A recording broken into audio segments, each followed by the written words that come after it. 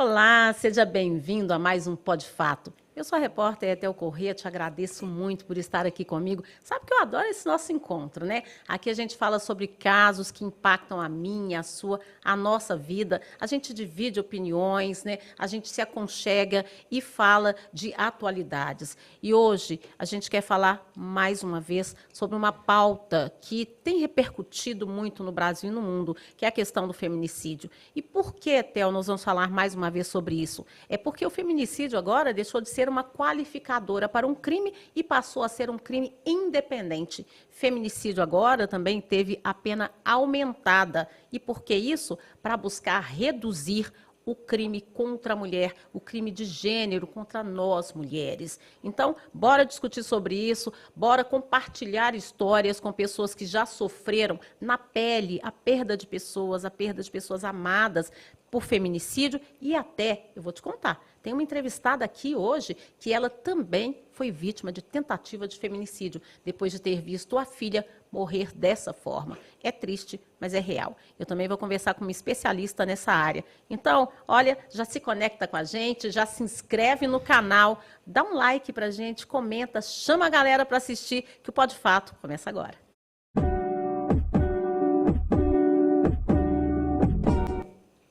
É isso aí, gente. Eu recebo hoje uma autoridade no tema da violência contra a mulher e da pauta criminal. Doutora Luciana Colares está aqui com a gente para nos explicar o que mudou na lei do feminicídio e como as mulheres podem, então, usar essa lei a seu favor antes de se tornarem números nas estatísticas. Seja bem-vinda, doutora Luciana. É um prazer estar aqui com você. Espero contribuir com todas as mulheres do Brasil.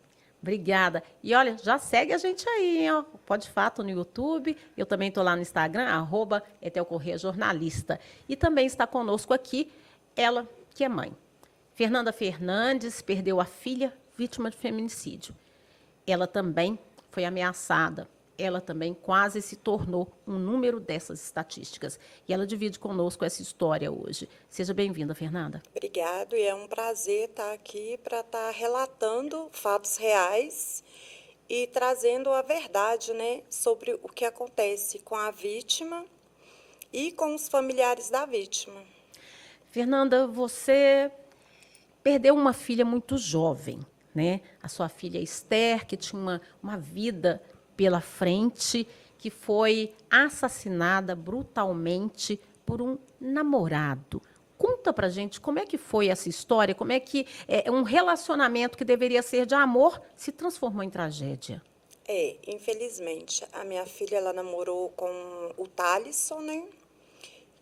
Ela namorou com ele desde os 15 anos dela de idade até os 19. Que foi quando ela resolveu pôr fim no namoro. Ela não estava namorando com ele mais, quando ele cometeu o feminicídio e a tentativa contra mim. Ele já tinha outra pessoa, já estava em outro relacionamento, mas ele estava ameaçando ela, só que eu, mãe, não sabia. Porque a vítima, ela tem vergonha de falar, ela se sente coagida. Muitas das vezes, a família critica o relacionamento, então não dá essa liberdade para a vítima se abrir. Então, a minha filha, ela não chegou ao ponto de falar para mim, mãe, que ela estava sendo ameaçada, mas ela relatou para uma amiga dela, porque a polícia resgatou as conversas dela no celular. Então, tem no processo a conversa da minha filha falando com a amiga dela, falando assim: amiga linda, ele está me ameaçando, eu vou conversar com o pai dele. Se o pai dele não resolver, eu vou falar com o meu irmão, porque isso não pode ficar assim. E, nesse meio tempo, não deu tempo dela falar com o meu filho. Mas eu acredito que ela tenha falado com o pai dele. Aconteceu em 2020, não é isso? Em 2020, dia 17 de março de 2020, às 7 horas da manhã. Ela morava com esse rapaz? Ou vocês moravam próximo? Morávamos na mesma região. Ele morava na rua de cima e nós na rua de baixo. Ele na Desembargador Saraiva e nós na Doutor Brochado. Como é que foi? Eu me lembro desse caso, não com detalhes, mas eu me lembro que ela foi morta a facada, né? Parece que ele Não, deu foi um... a tiro mesmo. Ah, foi a tiro. Não, desculpa, é porque eu tenho um porque outro caso. O caso dela foi um tiro na cabeça? Ele deu o primeiro tiro na cabeça, né? A gente, foi assim, o caso dela foi assim, a gente estava descendo para... Uma amiga minha me ligou e falou assim, saiu de casa do portão para ir trabalhar e me ligou e falou assim, Fernanda, o Thalisson tá aqui na porta do beco, entre o beco, meio escondido, mas ele tá estranho. Olha com a Esté se tem algum problema vocês saírem. Aí eu perguntei, filha, tem algum problema? Aí ela, não, mãe, tá tranquilo. Aí quando nós saímos, ele saiu do beco já com várias palavras assim, que nem cabe dizer aqui, os insultos Baixo calão, sobre né? ela, insultando ela, coisas que ela não era, e mesmo se fosse, toda mulher merece respeito. Aí ela tentou argumentar com ele, eu fui e falei com ele, olha, respeita minha filha, vocês não têm mais relacionamento, acabou. Aí ele foi, pegou e já puxou o revólver de repente e deu o primeiro tiro nela. Foi quando eu fui para cima dele, que aí ele tentou me dar um tiro também, só que esse tiro mascou. Nossa. Aí ela, no que eu e ele estava lutando corporalmente, ela conseguiu correr, descer o beco, correu alguns centímetros, que foi quando ela caiu. Sim. E na luta corporal minha e dele, ele também estava com uma faca na cintura, porque a faca caiu. Aí ele me chutou bastante antes de correr atrás dela, aí ele correu. Aí quando eu consegui levantar, eu corri atrás dele, gritando, pedindo ele para não matar minha filha. E ela caída já no chão, ele viu que ela caiu dentro de uma casa, porque os pés dela ficou para fora.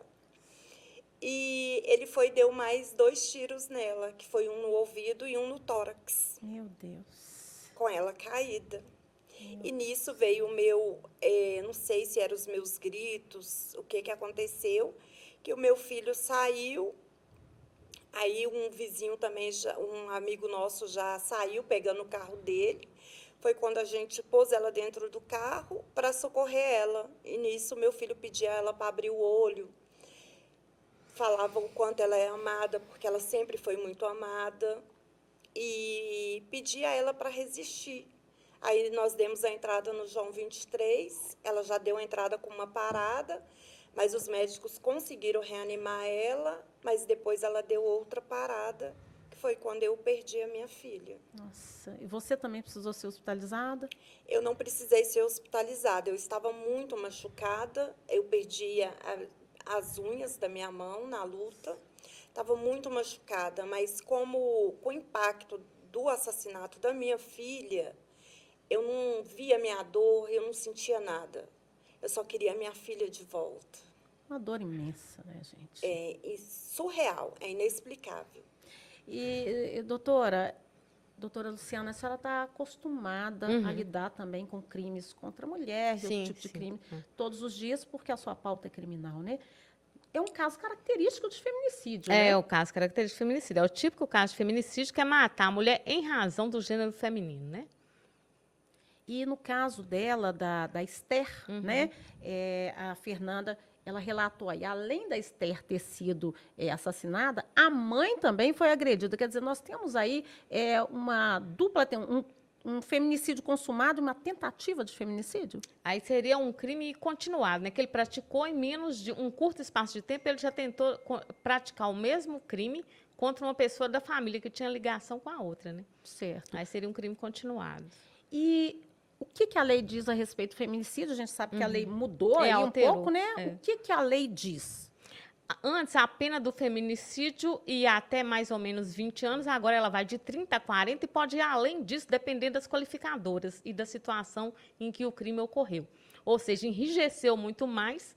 Então, aquele que pratica o feminicídio vai ser punido de forma muito mais dura agora, né? Além disso, conseguir também uma liberdade para responder o processo em liberdade ficou muito mais difícil, né? Então, a tendência é ele responder o processo inteiramente preso e permanecer preso. Nesse caso, a notícia assim, que alivia um pouco, né? Não traz Esther de volta, né? é que o Thalisson foi preso, já foi inclusive condenado, né? Eu quero imagens da Esther, eu tenho imagens da Esther, várias imagens, o meu diretor, coloca as imagens para mim, essa moça bonita que perdeu a vida, a gente está vendo ali a imagem da Esther, né? Perdeu a vida pelas mãos desse sujeito aí que dizia que a amava, né, Fernanda? Geralmente, É muito bonita, né? Muito bonita. o agressor, ele é sutil. Aí não tem classe social, não existe Não existe classe isso. social. Não existe classe social para você identificar um abusador, um agressor, porque geralmente a característica deles é ser sutil, é ser agradável, amável. Mas E o Thalisson era assim? para te falar a verdade, sobre o relacionamento deles, eu não tinha contato porque foi um namoro que eu nunca quis. Foi o pai dele que foi na minha porta pedir para ele namorar, se responsabilizou pelo relacionamento. E assim, Por que você não queria? O coração de mãe já falava alguma coisa? eu não queria porque ele era um cara que ficava só na rua, não tinha estudo, a minha filha sempre estudou, sempre trabalhou, ela tinha objetivos. E mesmo ela namorando com ele, ela não mudou os planos dela. Só que ela falou, mãe, não tem como eu ficar com uma pessoa que não vai crescer, que não quer crescer, que não quer mudança. Eu falei com ele que eu ensino ele a estudar, eu ensino ele a ler, a escrever, mas ele não quis.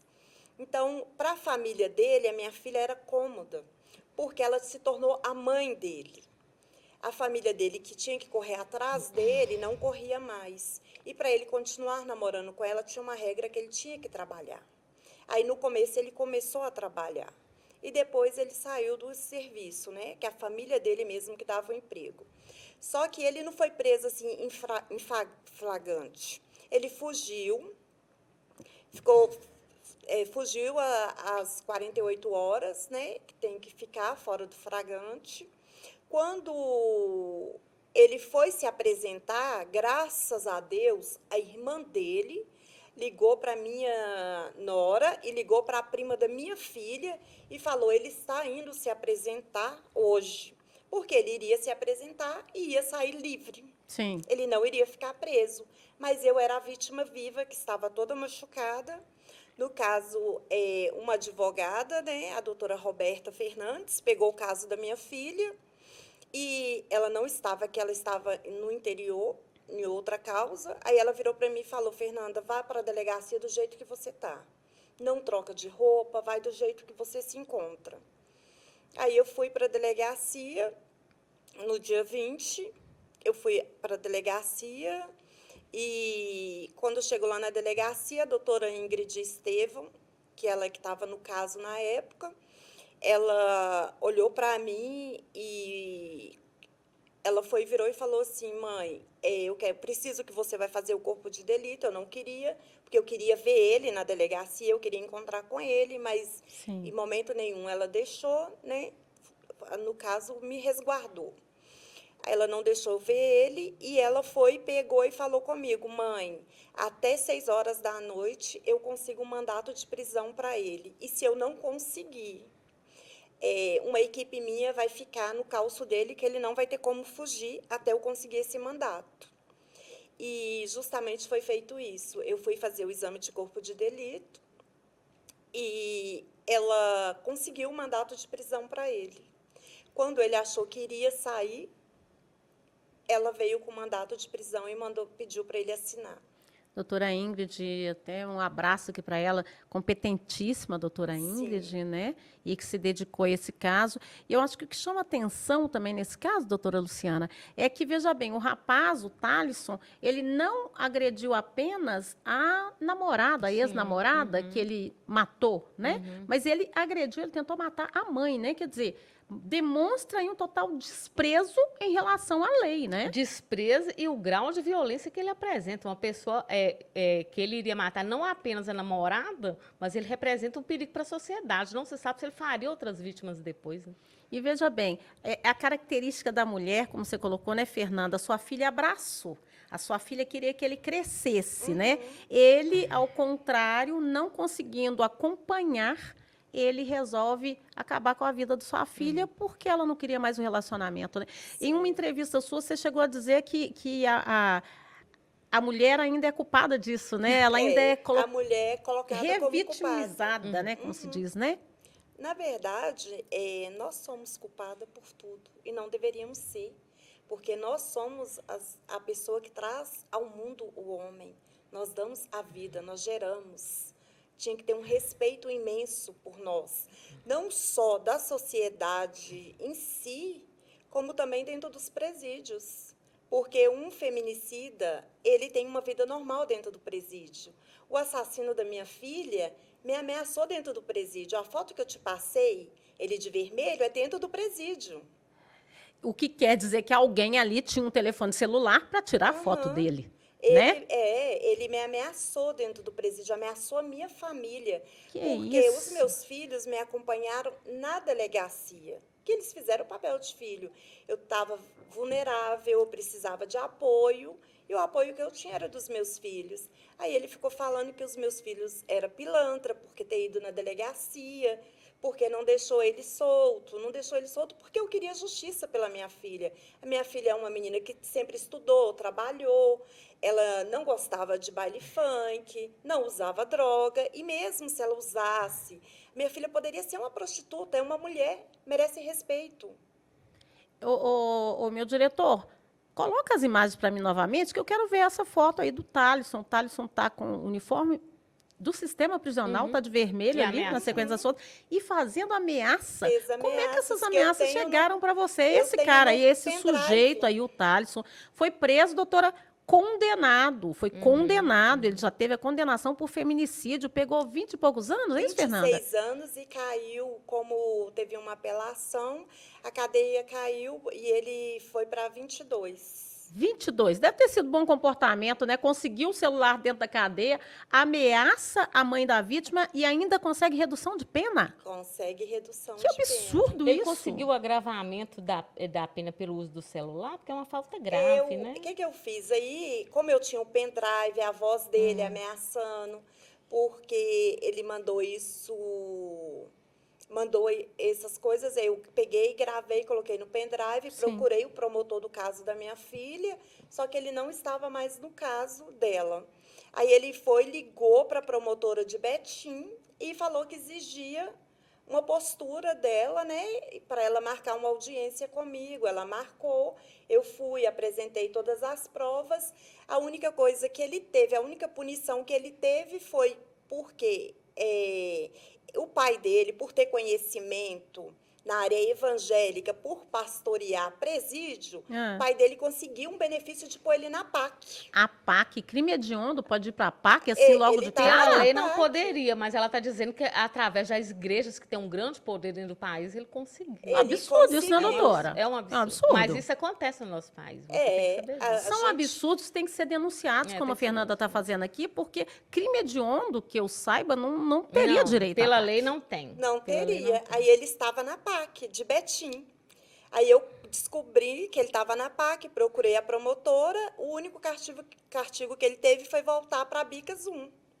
Voltou para a Bicas 1, tá na tranca, né? Saiu da PAC, perdeu o benefício. Aí a gente Perdeu o vê, celular também?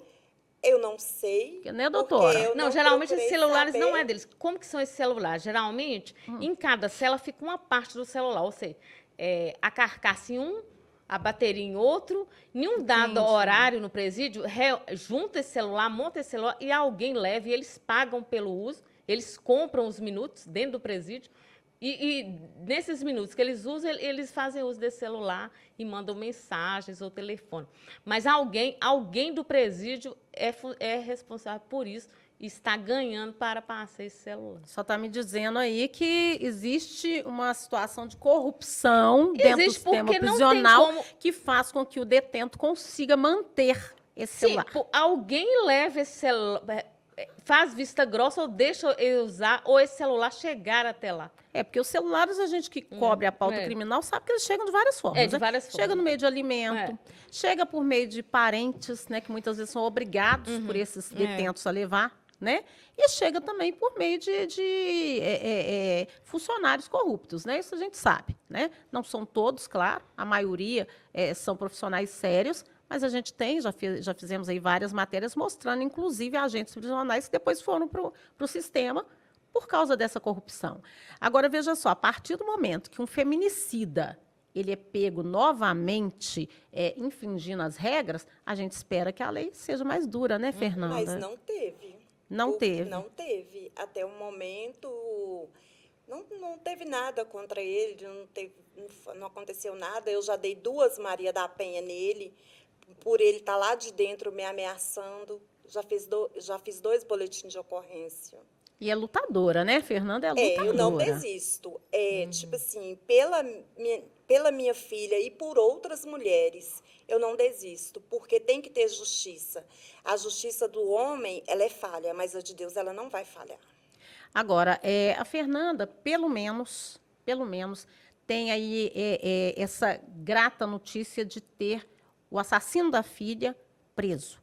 Há outras mães que estão lutando para ver, pelo menos, essa justiça ser feita, né? Eu tenho aí um relato de uma família, a Lohane, ela é irmã da Dayana. Dayana foi assassinada também pelo namorado. Elvis Presley, o nome dele, mas não é o cantor.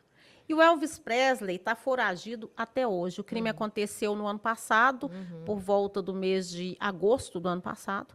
Essa mulher foi assassinada dentro de casa por esse companheiro, né? E a família, que é da região lá de Bela Vista de Minas, só descobriu porque os vizinhos desconfiaram da situação, ouviram as brigas e eles chegaram a ver esse homem tirando essa mulher de dentro de casa. E aí eles acionaram a polícia e a família. Eu tenho o relato da irmã, que conta um pouquinho para a gente sobre isso. Ô, meu diretor, coloca o relato da irmã para mim, por favor. No dia do crime, ela mandou uma mensagem para minha irmã, que mora lá em BH, né?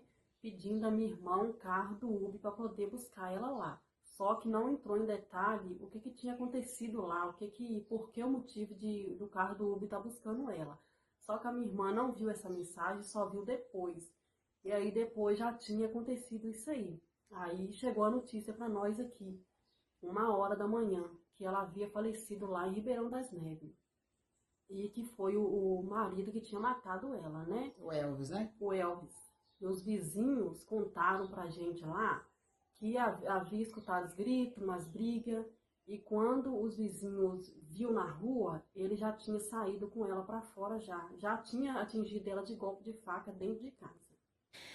Daiane de Fátima Madalena, eu tenho imagens dela aí, eu gostaria que você colocasse para mim, a Daiane e o Elvis. Daiane de Fátima Madalena, essa jovem aí de boné, essa jovem bonita, e esse ao lado dela, o assassino, o criminoso que matou essa jovem. Eu vou me corrigir aqui, foi em junho de 2023, não foi em setembro. Esse autor do crime aí, esse covarde, ele matou essa moça como se ela fosse uma galinha. Ele meteu a faca no pescoço dela, arrastou essa mulher para a rua, morta, a vítima para a rua, morta. E os vizinhos que viram, então, que acionaram os parentes. E agora a família, mais de 1 ano depois do crime, a família ainda busca pela localização desse criminoso. Então, doutora, eu faço uma pergunta para a senhora. Se esse vagabundo, esse criminoso, esse covarde, que isso não pode ser chamado de homem, um sujeito que mata uma mulher com uma facada no pescoço, isso não pode ser chamado de homem. Se esse sujeito for localizado, ele já vai sofrer os rigores da nova lei do feminicídio, ou como o cometimento do crime foi em junho, antes dessa lei ser recrudescida, ele ainda fica nos 20 e poucos anos? Ele obedece à lei antiga, é a lei do momento do cometimento do crime, e não não acredito, da prisão. não acredito nisso. E nessa lei não incide sobre, a nova lei, ele não incide sobre ele. Mas ele não foi preso ainda, doutora? Não foi preso, mas olha-se o momento que o crime foi cometido. É a regra da lei que regula o crime. A senhora concorda com isso? Olha, eu não concordo, mas ainda é regra no nosso Código Penal e a jurisprudência está de acordo com essa regra até o momento. É um absurdo, Que a né, nova Fernanda? lei, há uma regra de direito penal que diz a lei mais grave não retroage, a lei mais grave nunca retroage, a não ser para beneficiar o réu. E nesse caso não seria para beneficiar, seria para agravar a situação dele. Agora, curioso, né? Ele não pensou na vítima, né? E a lei pensa em beneficiar réu, o agressor, o réu. É um absurdo, né, Fernanda? Porque somos mulheres. porque a vítima é uma mulher. Agora, uma pessoa comentou numa postagem que a gente fez, ele dizia assim, a lei aumentou a pena para o feminicídio quando o homem comete o crime. Feminicídio, crime de gênero. Mas e quando a mulher, são raros os casos, mas vocês devem ter visto aí, a gente cobre a pauta criminal, sabe que às vezes uma mulher, até cansada de tanta violência, ela mata também, né? A lei do feminicídio, ela também funciona para o homem ou não?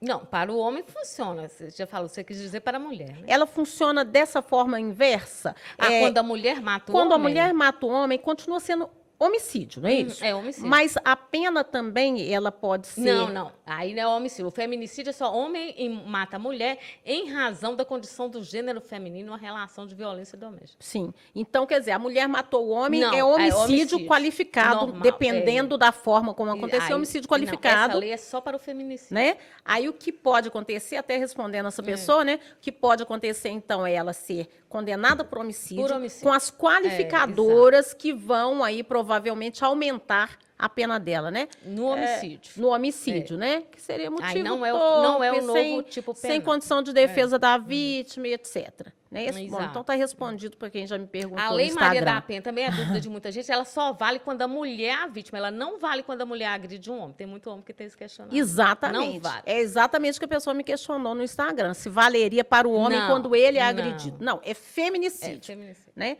E acontece porque o número de vítimas de feminicídio é muito grande, aumenta cada ano. E a Lei Maria da Penha e a Lei do Feminicídio, a razão de ser é porque a mulher é a parte mais vulnerável na relação. Então, o homem não tem que questionar a igualdade nesse caso, porque ela veio para corrigir uma desigualdade histórica. Então, não há o homem que questionar a desigualdade, porque não há igualdade. Porque tem a ver com a questão da força também, Não né? só a força física, mas toda a questão cultural, toda a questão de discriminação que a mulher sofreu ao longo desse tempo todo, então ela veio para tentar corrigir isso que a mulher já sofre há muitos anos. Aí, a prima dessa vítima, da Daiane, ela também mandou um recadinho para a gente. Ô, meu diretor, põe o segundo vídeo que está aí para a gente. É o recado da prima da vítima, da Daiane. Bom, gente, e em nome da família de Daiane, que a gente fala porque a gente sentiu na pele, a gente sente na pele. Eu peço a vocês, mulheres que estão no seu lar, que passam por uma situação dessa, uma situação de agressão.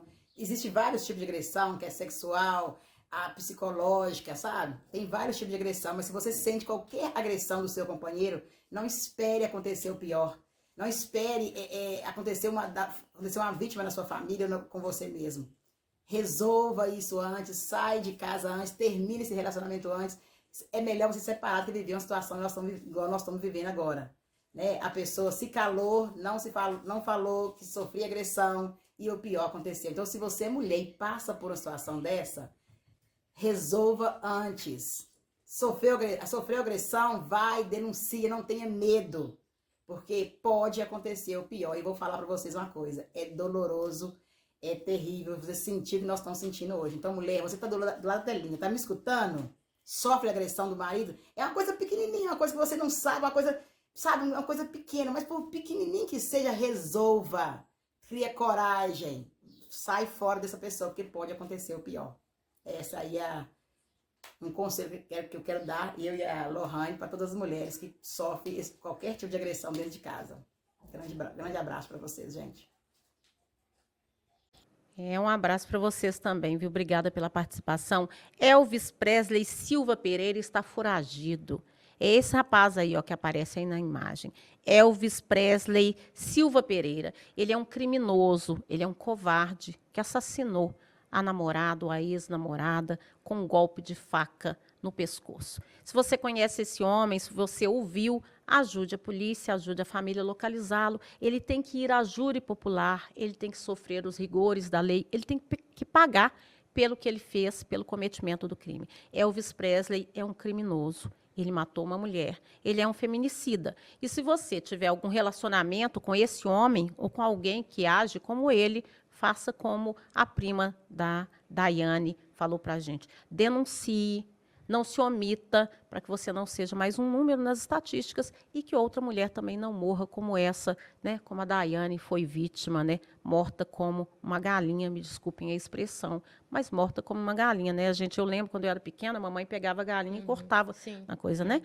No pescoço. Então, eu como mulher, eu me sinto muito violentada por esse tipo de crime, sabe? Qualquer crime nos incomoda, mas o feminicídio, o estupro, a violência sexual, eles me tocam de uma forma muito profunda, porque mulher não é latifúndio, né, Fernanda? E os homens têm Não. achado que é. E o mais triste é porque a mulher, ela dedica amor, ela dedica uma parte da vida dela para cuidar de uma pessoa que no final vai, por ouvir um não, por falar basta, não quero mais, ela é assassinada cruelmente.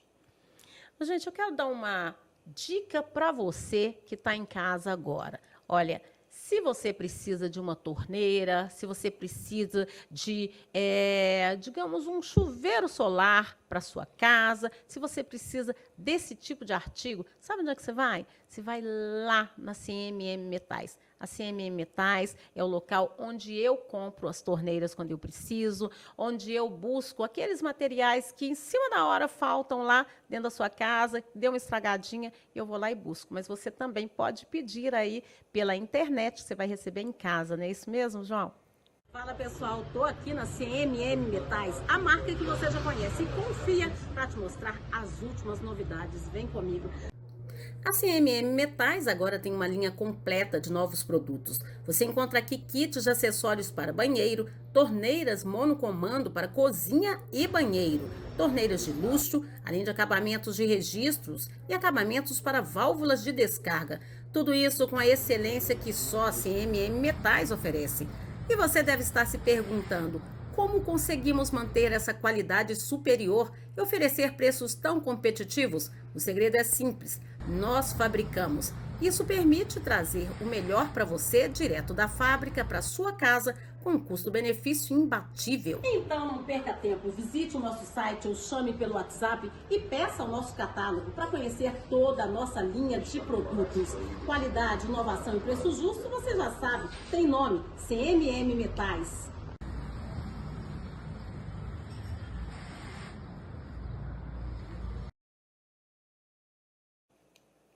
Anotou? Então, fica aí minha dica, CMM Metais para você, tá bom?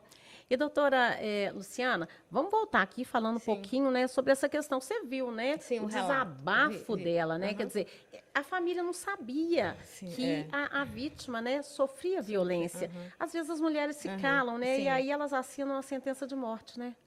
Eu quero fazer uma observação sobre o relato dela, que eu já observei que aconteceu com a filha dela e outras jovens, muito jovens, que eu já ouvi. Ela falou que ela chegou para ele e falou que ela queria crescer na vida e que ela se dispunha a ensinar a ler, escrever, estudar mais e que ele não quis. Eu já ouvi de uma menina muito jovem, de 20 anos, que ela tinha um namorado, porém ela estava pensando muito em terminar, que ela não gostava mais dele, porque ele usava drogas, mas ele disse que se ela continuasse com ele, por ela ele pararia. E que se ela continuasse, ele pararia, mas se ela terminasse, que ele iria acabar com a vida dele, enfim. Aí essa menina, na época, estava com um grande peso na consciência de terminar por ela ser a responsável pela reabilitação dele. Então, isso já é uma violência psicológica. Ele estava manipulando ela, ele estava usando isso. A mulher tem mania de pegar a carga de ser responsável pela mudança do homem. Esse papel não é dela. Esse papel deveria, no máximo, ser da mãe. A partir de uma certa idade, nem é da mãe mais.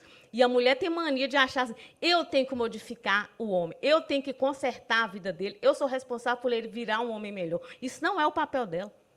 Ela tem que parar com isso de achar que ela tem que consertar um homem, que por ela ele vai virar um homem direito. Não existe isso. Ela tem que parar. Isso é uma crença que é da nossa cultura. A mulher tem que parar de achar que se ele amar, ela vai fazer ele mudar. Ela vai fazer ele tornar uma pessoa melhor. Ela não tem essa responsabilidade. Se a pessoa já não é, o meu conselho é que você termine imediatamente, que ele não vai mudar por você. Isso é só uma manipulação. Às vezes é uma dependência emocional também que se cria, né? Pode ser, mas a maioria das de vezes é uma nós- manipulação. Muitas de nós temos a dependência emocional. Às vezes por falta de uma paternidade que não teve, né? E assim, E as pessoas julgam muito isso. E a dependência emocional ela é muito séria, ela precisa ser tratada. E o SUS não garante isso, não tem uma assistência. O SUS não tem uma assistência para a vítima, para a família da vítima que perdeu pelo feminicídio. Você não tem um amparo do INSS, porque igual eu estava saindo para trabalhar com a minha filha, eu sou depressiva, eu tenho crises, tentei voltar ao mercado de trabalho, não consegui ficar afastada pelo INSS. Então, tipo assim, não há um respaldo para a gente. Para você fazer um tratamento, graças a Deus, que Deus me abençoou, que eu tive uma pessoa que me ajuda a pagar o meu tratamento. Porque se fosse pelo SUS, eu morreria. Eu tive 2 surtos psicóticos, que quando eu acordei, eu estava no João 23, sem saber o que eu tinha feito contra a minha vida. E é uma situação séria. O feminicídio é sério, ele deixa sequelas seríssimas na família. Não mata só a vítima, não. Mata a família também. E assim, o tratamento do SUS é uma vez por mês. E olhe lá, ou de 3 em 3 meses. Quem consegue se tratar, se recuperar de uma violência tão grande? Porque você dá à luz, você é mãe, você cria, você dá o melhor para sua filha ou para o seu filho.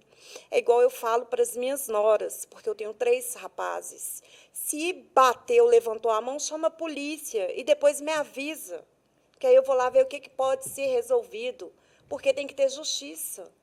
Quem tem que educar é a mãe, é o pai. Homem não tem que agredir mulher. E, infelizmente, muitas de nós aceitam pela dependência financeira, porque tem filhos, não tem como pagar um aluguel, não tem como que você vai voltar para dentro da sua casa cheia de filho? Você saiu sem filho, vai voltar com filho.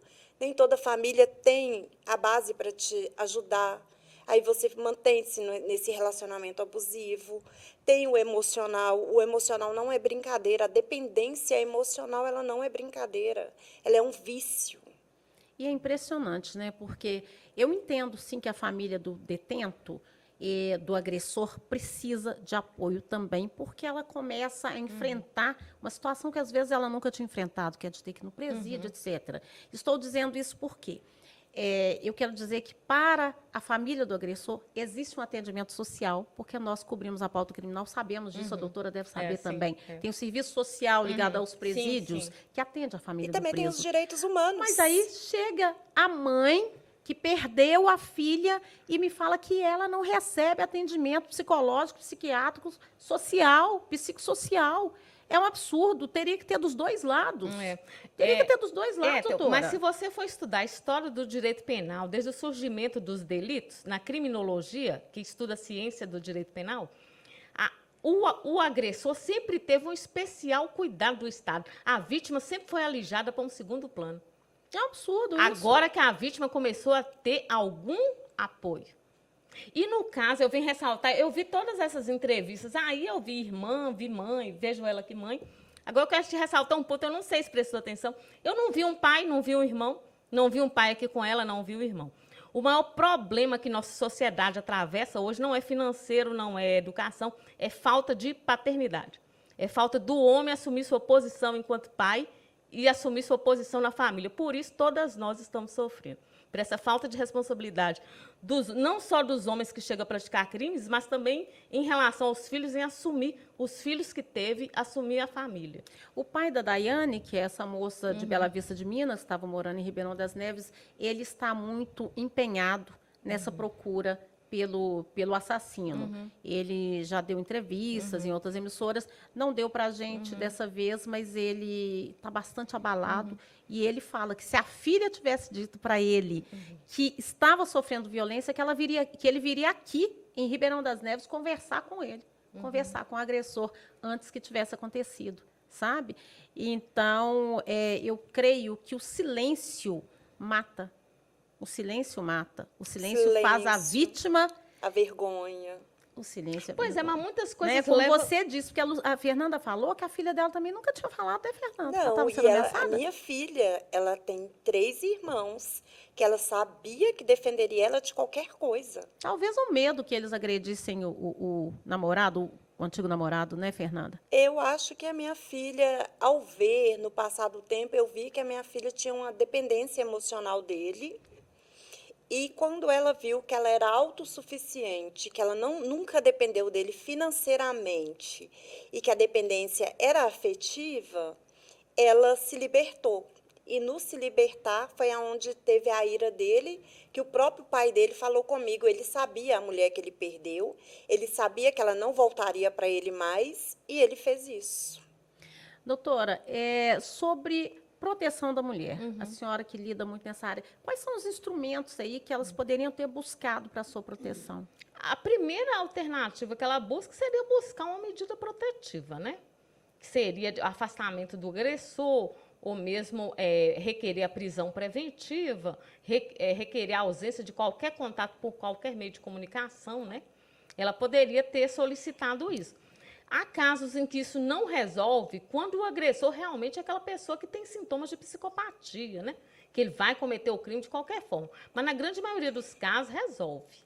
No caso da Esther, por exemplo, ela já tinha separado há 3 meses 3 dele, meses. né? Quando aconteceu. Mas é igual eu tinha uma página, né, que chamava Justiça por Esté. Então eu acompanhei várias mulheres indo na delegacia, me dispus mesmo a lutar pelas mulheres. Né? Teve um caso lá também, depois do caso da minha filha no Alto Veracruz, de feminicídio, onde que pela página eu consegui um advogado particular para a família, que acompanhou o caso, o cara foi julgado, teve a condenação dele e tudo. E assim, mas eu acompanhando vítimas na delegacia para ir como suporte, não como advogada, porque eu não tenho estudo Sim. e nem entendo sobre lei.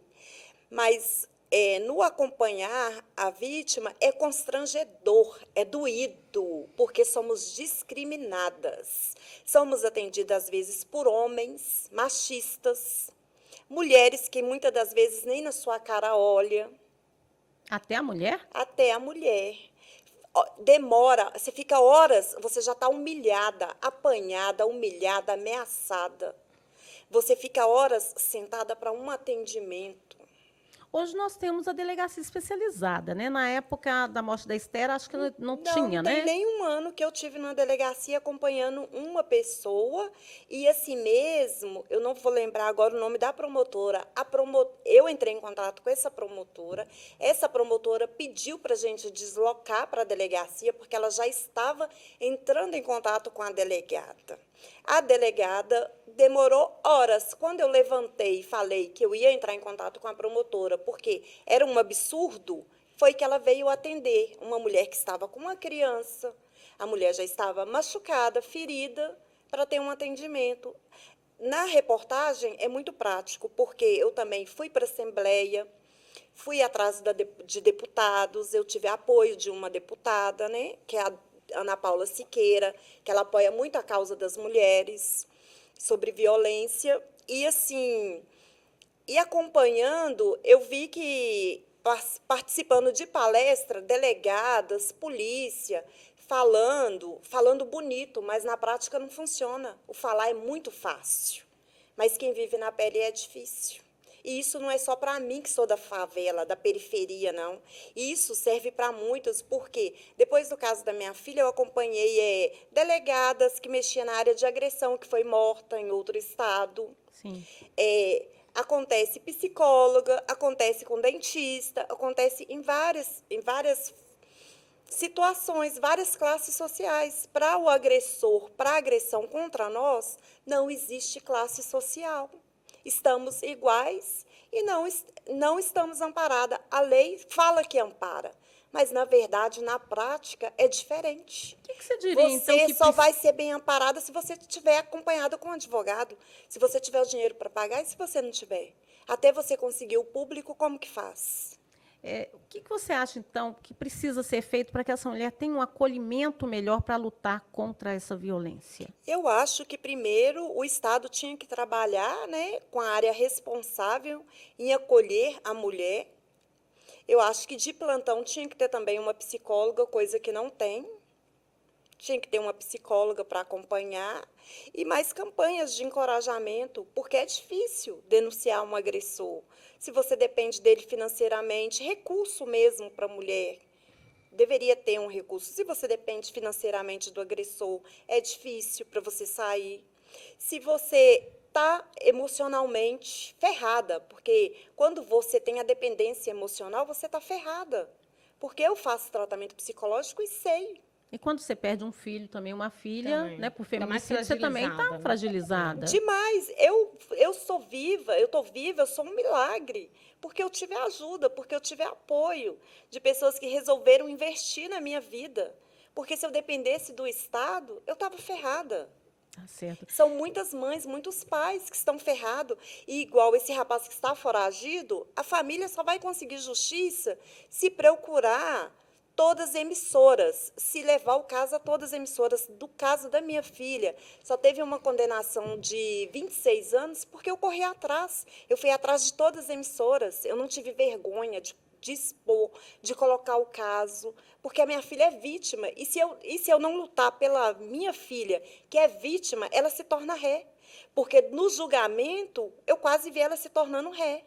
Porque é o que acontece com nós mulheres. O advogado, para defender, né, o agressor, ele pega a vida da mulher Isso. e escarafuncha, né, e tenta rebaixar essa E mesmo mulher. se não tem como rebaixar, ele rebaixa. E eu estou falando porque eu vivi na pele isso. De vítima, a gente passa para ré, porque eu me sinto ré. Eu me sinto refém do assassino da minha filha. Ô, gente, deixa eu respirar. Sabe o que eu faço para respirar, doutora? Quando eu estou muito abafada assim, eu vou para hidroginástica. Você gosta de hidroginástica, Fernanda? Ela já me falou que não gosta de ginástica, não, doutora. A senhora gosta? Gosto de academia. De academia. Opa, então, olha só, eu vou dar a dica agora. Hidroginástica, sabe onde é que se faz? Na Avenida Portugal, no bairro Itapuã, na Qualita Premium, a melhor academia de esportes na água. Então, você vai fazer sua natação, vai fazer hidroginástica, a piscina é salinizada e agora tem até o cross, é isso mesmo, tem até o cross, a ginástica cross dentro da água lá. Então, roda para mim, mostra o pessoal aí minha experiência lá na Qualita, João.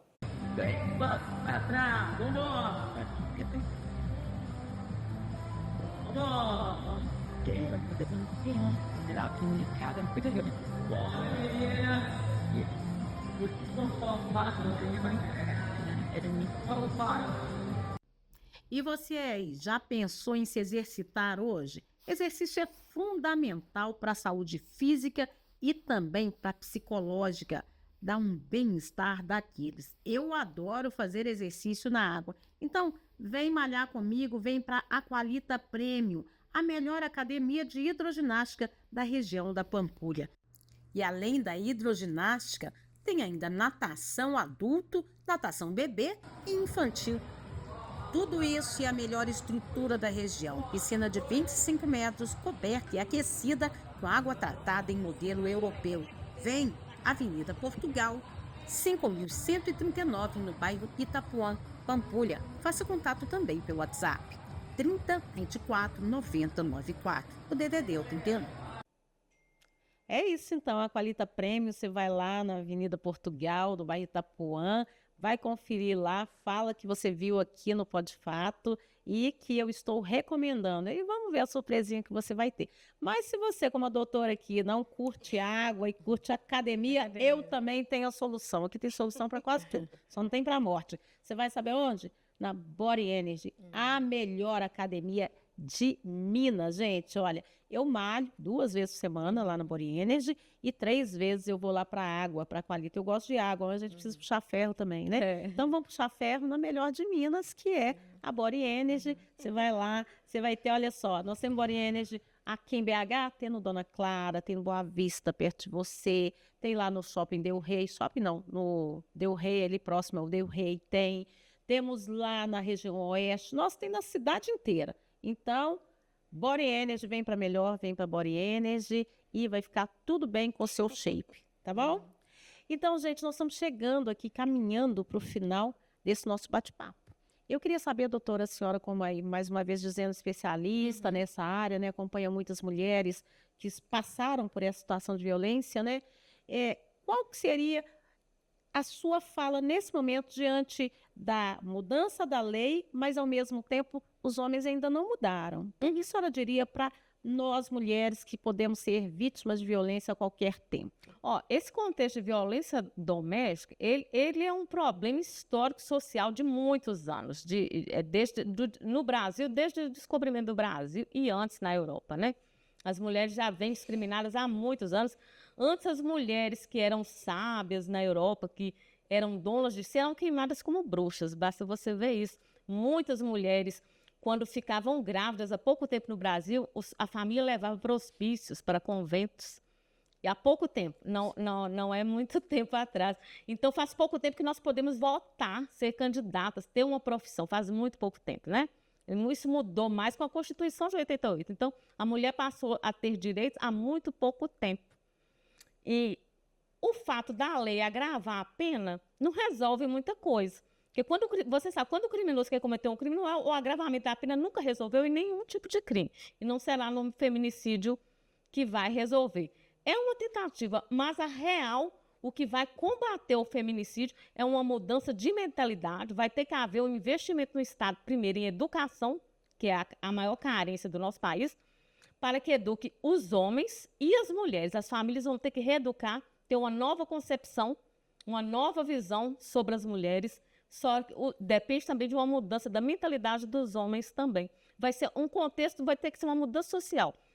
O direito criminal é insuficiente para combater a violência doméstica. No máximo, ele vai conseguir ter uma pena de prisão, mas isso nunca mudou a sociedade. Ele combate uma consequência, mas não a causa. E quem precisar dos seus serviços, como é que te acha? Pode me chamar no WhatsApp, pode falar? Pode. 319-8715-9680. Sou especialista em direito criminal e violência doméstica. Tá certo. Instagram, a senhora está No também? Instagram é doutora Luciana Colares. Tá certo. Muito obrigada, viu, pela participação aqui. Fernanda, muito obrigada por estar aqui com a gente, viu, trazendo a sua dor, a sua consciência, né? E falando para a gente, falando para as mulheres, né, sobre a sua história para evitar que outras sejam vítimas. Quais são as suas palavras aí para as pessoas que acompanharam aqui o nosso O bate-papo? que eu queria deixar aqui é que o silêncio mata, né? E, assim, nós como sociedade, a partir do momento que nos calamos, nós somos cúmplices de um feminicídio. Então, em qualquer caso de violência contra a mulher, seja em apartamento, residência, ouviu, tá com uma pedra, chama a polícia, silenciar é covardia. Então, a gente, como sociedade, temos o direito, sim, de falar. A sociedade, nós, cidadão, também temos o direito a dar voz de prisão, porque muitas das vezes isso não é falado, mas a gente tem. Então, eu deixo isso, que o silêncio, ele mata em qualquer situação. Não pode só fazer a justiça com as próprias mãos, né? Isso foi. Porque às vezes a gente fala, pode dar voz de prisão? Pode, mas tem casos que a pessoa, além de dar voz de prisão, mas vai eu lá e falo executa, não assim, pode. para parar mesmo a confusão, entendeu? Tacar uma pedra no telhado, gritar, tentar socorrer, porque a mulher, ela tá vulnerável, ela tá indefesa. E é muito raro quando uma mulher mata o homem. E quando acontece de matar, ela sai pela porta da frente, porque ela tem como provar que ela é vítima. E nós não, nós somos vítimas o tempo todo. Nós somos vítimas no vestir, no falar, no andar, no trabalhar. Nós somos vítimas que nos tornamos réu. Certo. Obrigada, viu, Fernanda? Obrigada a vocês também que participaram com a gente, a família da Daiane, de Bela Vista de Minas. Obrigada a vocês que estão conectados com a gente aqui pelos canais do YouTube. Segue a gente lá no @podfato, no Instagram, no @Etel Corrêa Jornalista também, no Instagram. E a gente está todos os dias aí na pauta criminal, na pauta que fala sobre as necessidades da comunidade. Nós estamos chegando ao final de uma série de entrevistas aqui no Pode Fato, a maioria delas falando sobre violência doméstica, violência contra a mulher, mas falando de outros fatos que impactam a nossa vida. E eu te agradeço muito por ter participado. Deixa aqui seu comentário, mande sua sugestão de pautas e na próxima temporada a gente vem com novidades. Muito obrigada. Esse foi mais um Pode Fato.